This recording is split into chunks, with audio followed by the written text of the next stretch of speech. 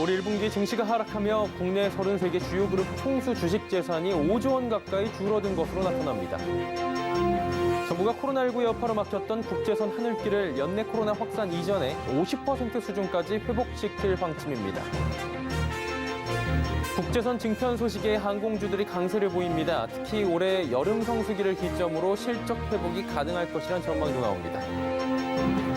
롯데그룹이 최근 공격적 인수합병과 투자를 이어가고 있습니다. 이슈 플러스에서 뉴 롯데를 그리고 있는 신동빈 회장 전략 짚어보도록 하겠습니다. 센 경제라이브 시작합니다.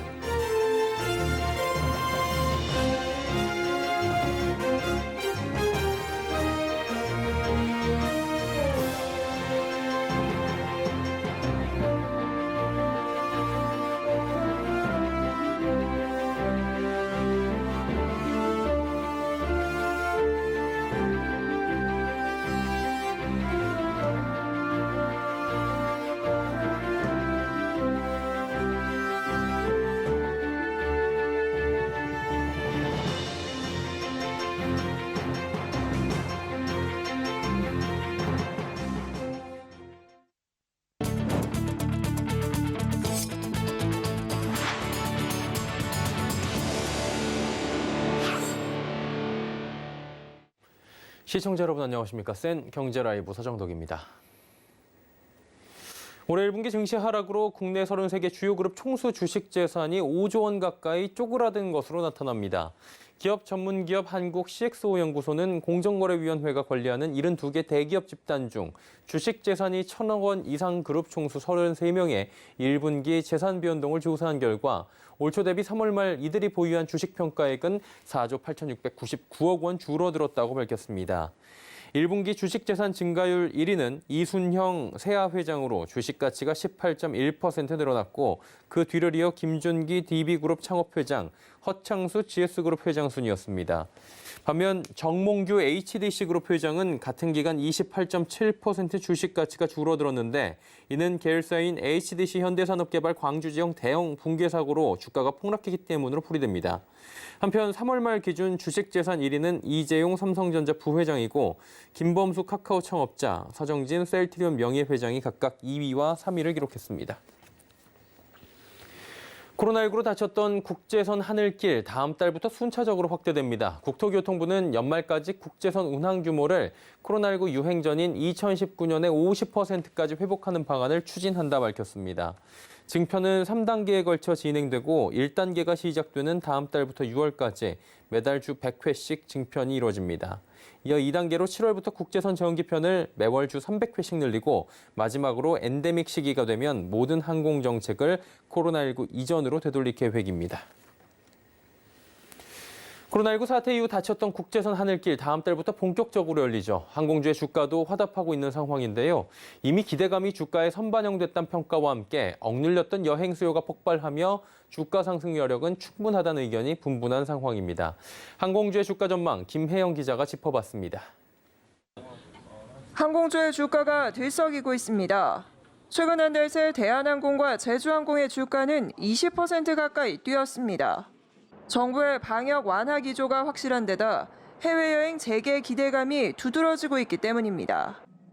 정부는 연말까지 국제선 항공편의 운항 규모를 코로나19 이전 수준의 50%까지 확대한다는 방침입니다.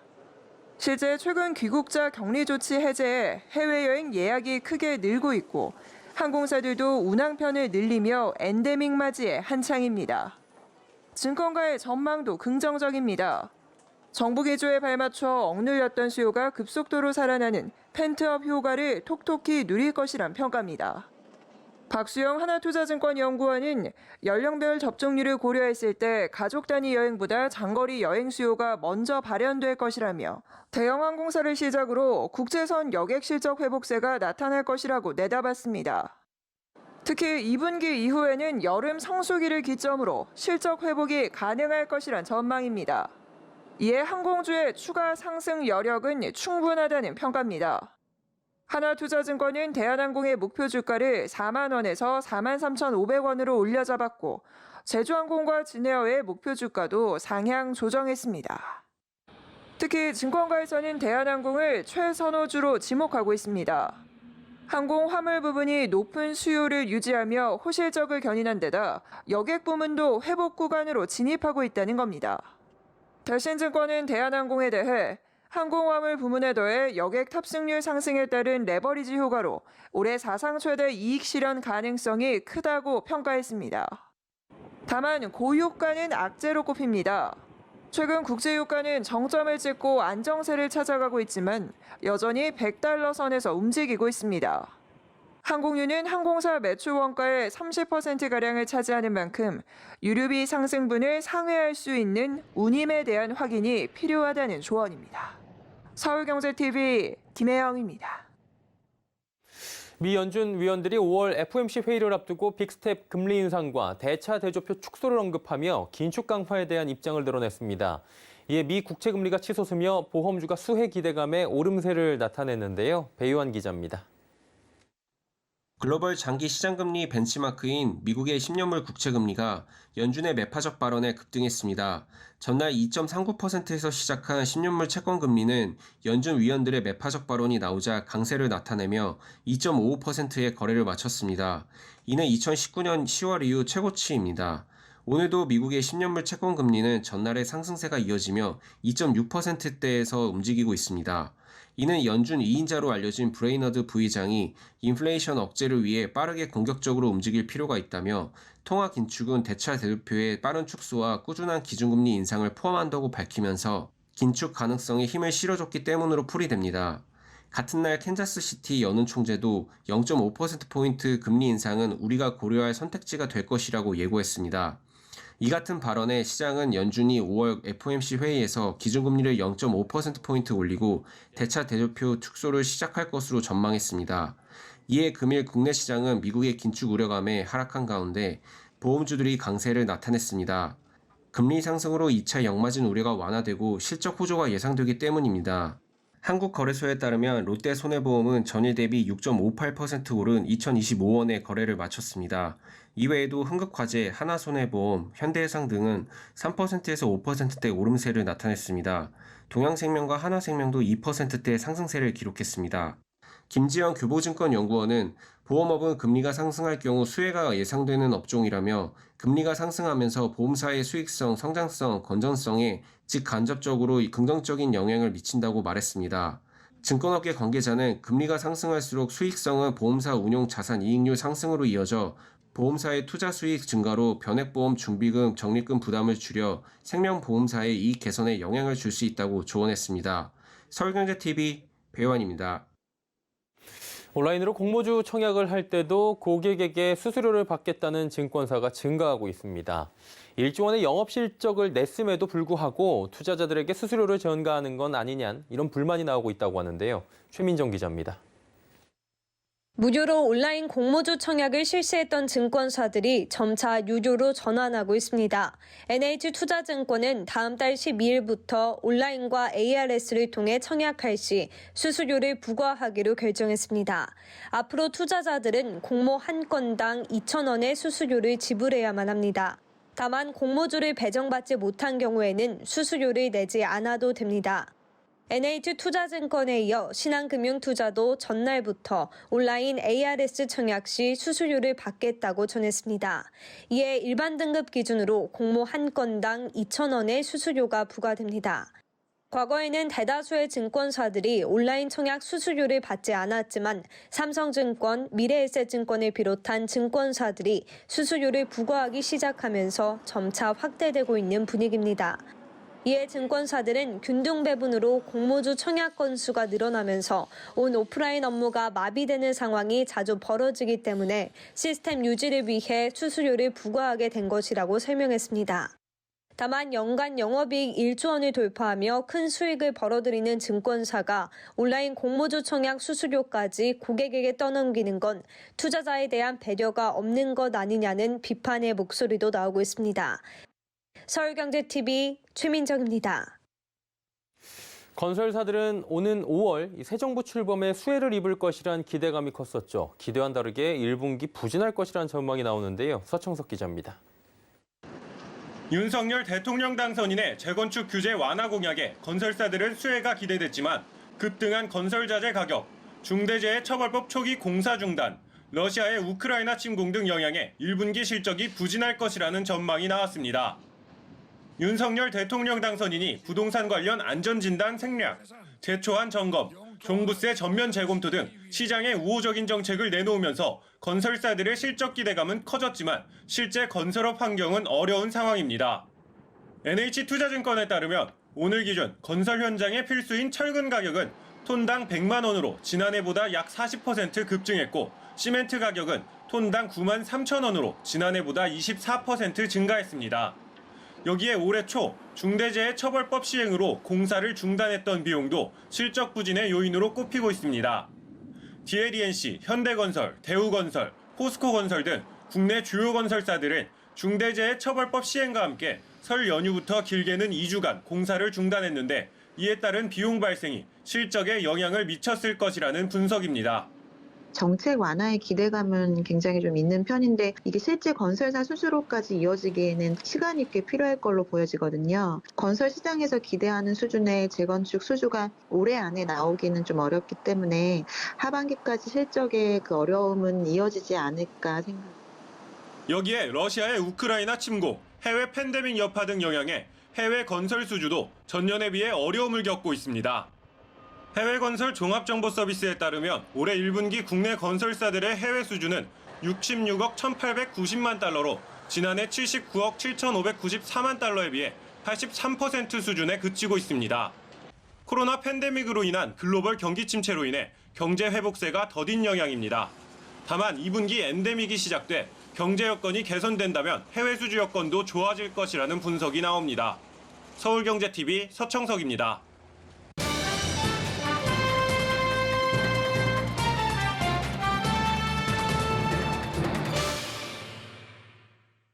롯데그룹이 최근에 공격적인 인수합병 투자를 이어가고 있다고 하죠. 신동빈 회장이 변해가는 유통업 환경에 적극적으로 대응하라 이런 주문을 했다고 하고요. 자, 이에 롯데는 신사업뿐만 아니라 기존 사업에 대한 투자에도 돈을 아끼지 않고 있는 상황이라고 합니다. 하나하나 좀 짚어보도록 하겠습니다. 경제산업부의 문다혜 기자 연결돼 있습니다. 문 기자 나와 있죠? 네, 안녕하세요. 예, 롯데그룹이 인수합병 참 많이 했다고 하는데 투자가 얼마큼 됩니까? 네, 롯데그룹이 최근 1년 사이 1조 원이 넘는 M&A와 지분 투자에 나서고 있습니다. 지난해 3월부터 100억 원 이상의 M&A와 지분 투자 건수는 12건에 달합니다. 한 달에 하나꼴로 거래를 성사시킨 셈입니다. 먼저 롯데 핵심 분야인 유통 분야부터 살펴보면요. 대표적으로 중고거래 플랫폼 중고나라 지분 인수가 있습니다. 롯데쇼핑은 작년 4월 300억 원을 투자해 중고나라 지분을 인수했습니다. 이후 지난달 31일 중고나라는 롯데의 세븐일레븐과 비대면 직거래를 위한 업무 협약을 맺으면서 본격적인 시너지 창출에 나섰습니다. 이번 협약은 롯데쇼핑이 중고나라에 투자한 이후 처음으로 내놓은 사업입니다. 중고물품 판매자가 전국 세븐일레븐 매장에 물건을 맡겨두면 구매자가 편한 시간에 물건을 받을 수 있게 하는 서비스입니다. 이를 통해 중고거래 시 발생할 수 있는 범죄 위험성을 줄이고 직거래로 시간적, 공간적 제약을 해결한다는 계획입니다. 여기에 중고나라 이용 고객의 편의점 방문을 유도해서 가맹점의 추가 수익 창출도 기대할 수 있을 전망입니다. 이어 9월에는 국내 가구업계 1위 한샘지분 3,195억 원을 인수했습니다. 경쟁사들이 리빙 카테고리 강화로 실적 성장을 이루자 이같이 결정한 겁니다. 앞으로 롯데백화점과 롯데하이마트 등 계열사와 시너지를 낼 수 있을 거로 기대됩니다. 특히 리빙 분야 강화로 롯데백화점의 경쟁력은 더 커질 것으로 보입니다. 롯데쇼핑은 여기에 그치지 않고 백화점과 마트에 올해 약 7천억 원, 내년에는 1조 1천억 원의 신규 투자에 나서며 점포 경쟁력을 높인다는 보관입니다. 이어 작년 11월에는 롯데지주가 와디즈와 800억 원 규모의 사업 제휴를 맺었고 같은 달 롯데홈쇼핑은 국내 콘텐츠 제작자 초록뱀 미디어에 250억 원을 투자해 2대 주주가 됐습니다. 또 굵직한 인수권으로는 미니스톱 인수가 있습니다. 올해 1월 롯데지주는 한국 미니스톱을 인수하는데 3,134억 원을 투자했는데요. 미니스톱 인수로 기존 1, 2위 사업자와 격차를 좁히면서 편의점 3강 체제를 굳히게 됐습니다. 물론 기존에도 세븐일레븐 3위였습니다. 다만 점포수가 11,073개로 1, 2위와 차이가 있던 상황에 2,600여 개 점포를 가진 미니스톱을 인수하면서 4위인 이마트24를 크게 따돌리게 됐습니다. 롯데가 미니스톱 인수를 결정하게 된 것은 편의점이 근거리 쇼핑 채널로 떠오르고 있기 때문입니다. 또한 편의점 업계 특성상 점포수가 매출로 직결되기 때문에 규모의 경지를 이루기 위해 덩치를 키우는 것이 중요했습니다.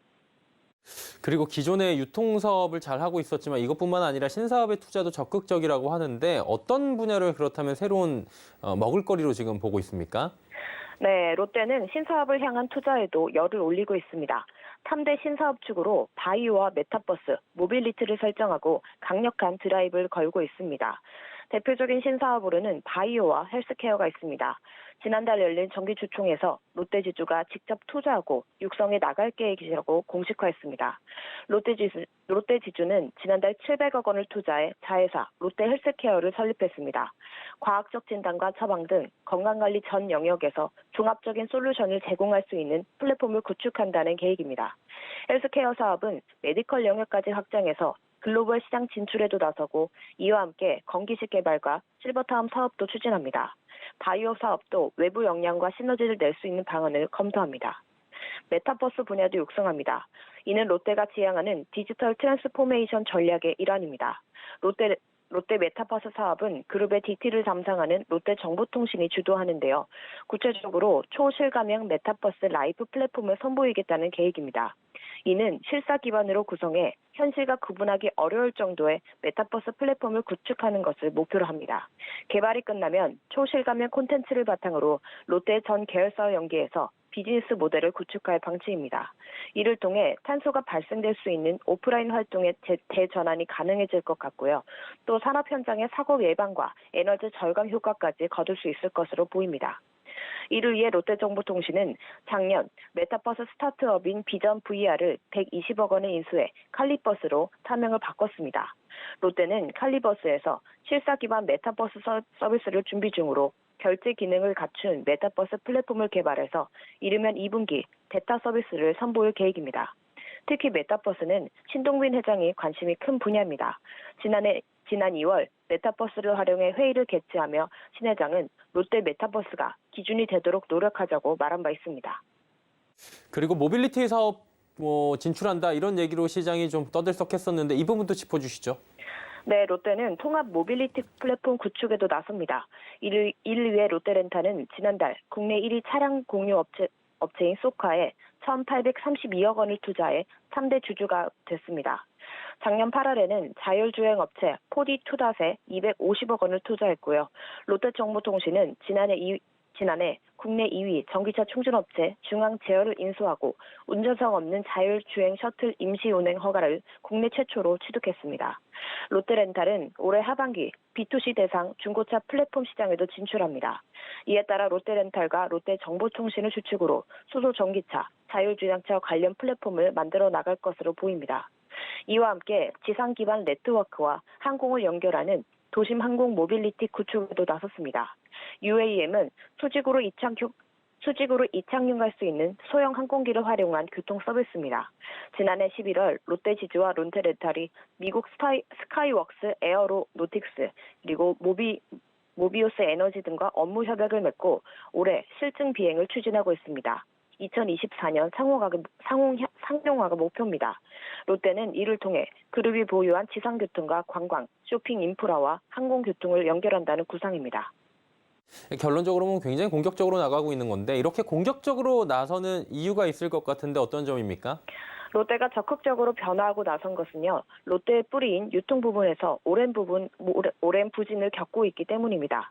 핵심 계열사인 롯데쇼핑은 지난 2017년 이후 연이은 실적 하락세를 보이고 있습니다. 작년 영업이익은 2,156억 원으로 2017년 대비 73%나 줄었습니다. 여기에 코로나19로 롯데의 위기감은 커졌습니다. 코로나19로 인해 유통시장이 오프라인에서 온라인 중심으로 재편되는 속도가 더 빨라졌기 때문입니다. 특히 신사업을 제때 발굴하지 못하면 도태될 수 있을 것이란 위기감이 커지자 그룹 체질 개선을 이루고 사업구조 재편에 속도를 내고 있는 겁니다. 신동빈 회장은 지난해부터 변화를 강력하게 주문하고 미래 먹거리 발굴을 위한 노력을 강조하고 나섰습니다. 작년 상반기 사장단 회의에서는 각자의 업에서 1위를 하기 위해서는 필요한 투자는 과감히 진행해야 한다면서 투자의 중요성을 강조했고요. 올해 초 VCM에서는 과거의 매출과 이익이 개선됐다고 만족하지 말라면서 장기적 관점에서 기업의 가치를 끌어올릴 것을 당부했습니다. 결국엔 이제 회장의 주문으로 체질 개선에 나섰다는 건데 앞으로 투자 시기가 어떻게 돌아갈 것으로 업계는 봅니까? 네, 신동빈 회장이 과감한 투자를 주문한 만큼 롯데는 앞으로도 공격적인 투자를 이어나갈 방침입니다. 경쟁력 확보가 그 어느 때보다 시급하기 때문입니다. 투자를 위한 실탄도 두둑합니다. 롯데는 지난해 말 기준 유동자산이 4조 7,724억 원이 넘고요. 현금성 자산만 1조 3,945억 원에 달합니다. 2019년 7,236억 원, 2020년 8,995억 원이었던 규모에 비하면 빅딜 여력이 충분한 상황입니다. 네, 오늘 여기까지 듣도록 하겠습니다. 경제산업부 문다혜 기자였습니다. 고맙습니다. 감사합니다.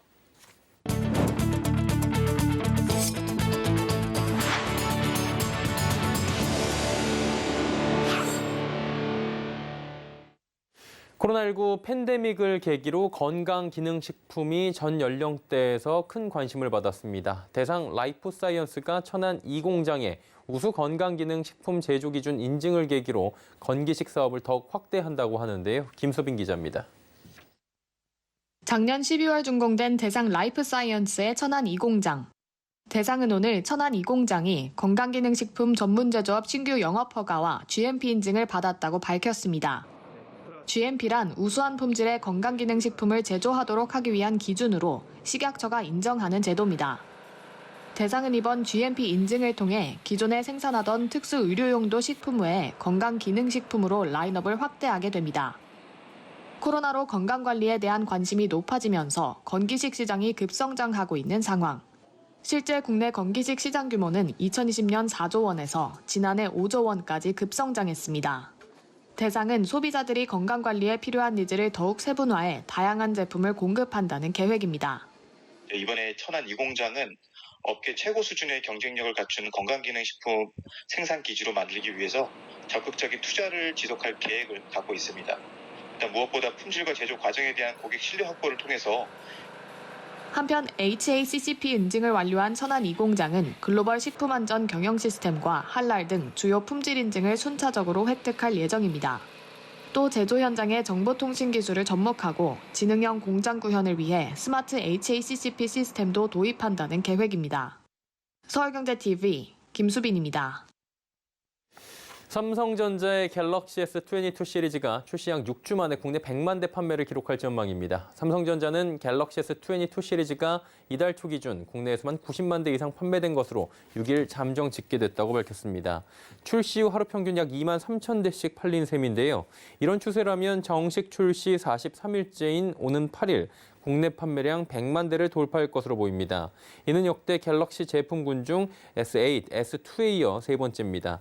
제품별로는 갤럭시 S22 울트라가 전체 시리즈 판매 절반 이상을 차지했고 글로벌 판매 역시 전작보다 20% 넘게 늘어난 것으로 집계됩니다. 국회의원들에게 쪼개기 후원을 한 혐의로 기소된 구현모 KT 대표가 오늘 열린 첫 재판에서 혐의를 부인했습니다. 서울중앙지법 형사 17단독 허정인 판사는 이날 오전 업무상 횡령 혐의를 받는 구현모 대표의 첫 번째 공판을 진행했습니다. 구 대표는 법정에서 불법이라고 전혀 생각하지도 못했다며 비자금이 조성된 경위도 몰랐고 이것을 통해 얻은 이익도 없다고 말했습니다. 구 대표 측 변호인도 기본적 사실관계는 인정한다며 불법 영득 의사가 있었다고 보기 어렵다고 밝혔습니다. 회사 이익을 위해 한 일인 만큼 횡령죄를 적용할 수 없다는 주장입니다. 한국토지주택공사 LH가 오는 11일부터 6차 공공사전 청약을 시작한다 밝혔습니다. 이번 청약 대상은 인천 영종 589세대와 평택 고덕 727세대 등 총 1,316세대입니다. 공급 대상의 추정 분양가는 주변 시세의 60에서 80% 수준으로 3억 원 내외가 될 전망입니다.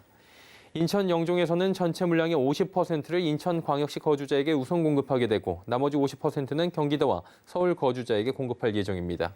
평택고덕은 공공사전 청약 최초의 전국구 청약단지로 전체 물량의 30%를 평택시 1년 이상 거주자에게 우선 공급하고 20%는 경기도 6개월 이상 거주자에게 공급한다는 계획입니다. 메르세데스 벤츠가 베스트셀링 중형 세단 C클래스를 8년 만에 완전 변경 모델로 출시했습니다. S클래스급 첨단 사양과 안전성을 더욱 강화했다고 하는데요. 장민성 기자입니다. 가속 페달을 밟자 부드럽게 가속하면서도 안정감이 느껴집니다. 울퉁불퉁한 도로와 요철을 지날 때나 코너링 구간에서도 흔들림 없이 통과합니다. 브레이크 제동 땐 민첩함과 안정감이 동시에 느껴집니다. 벤츠가 8년 만에 C클래스의 6세대 완전 변경 모델을 선보였습니다. C클래스는 1982년 전신인 190 모델 출시 후 전 세계적으로 1,050만 대 이상 판매된 메르세데스 벤츠의 대표적인 스테디셀러로 꼽힙니다.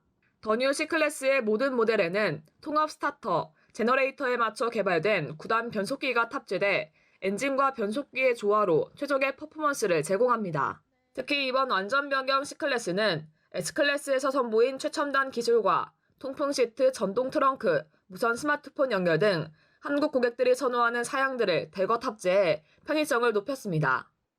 엔진, 그리고 디자인, 그리고 안전 및 편의 사양 모든 부분에 있어서 획기적인 개선이 이루어진 프리미엄 중형 세단입니다. 또한 더 넓어진 실내 공간을 통해서 탑승객들에게 더 넉넉한 공간을 제공해드리는 그런 또 최첨단 주행 보조 시스템 드라이빙 어시스턴트 패키지 플러스를 기본 사양으로 탑재해 앞차 간격 유지와 자연스러운 제동, 곡전 구간에서의 차로 중앙 유지 등 운전자와 탑승객의 안정성을 대폭 강화했습니다. 서울경제TV 장민선입니다. 생경제라이브 저희가 준비한 소식은 여기까지입니다. 편안한 저녁 시간 보내시길 바랍니다. 고맙습니다.